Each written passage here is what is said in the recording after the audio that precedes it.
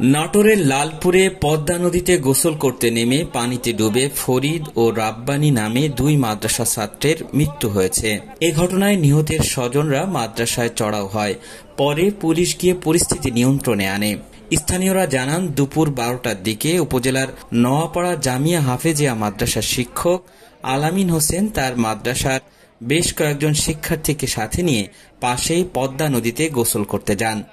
নদী তীরে সাঁতার কাটার সময় ফরিদ ও রাব্বানী নদীর পানিতে তলিয়ে যায়।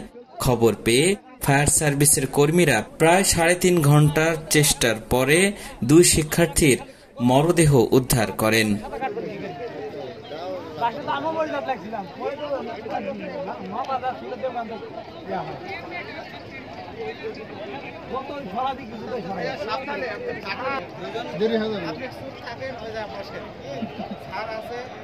টেনশন নাই।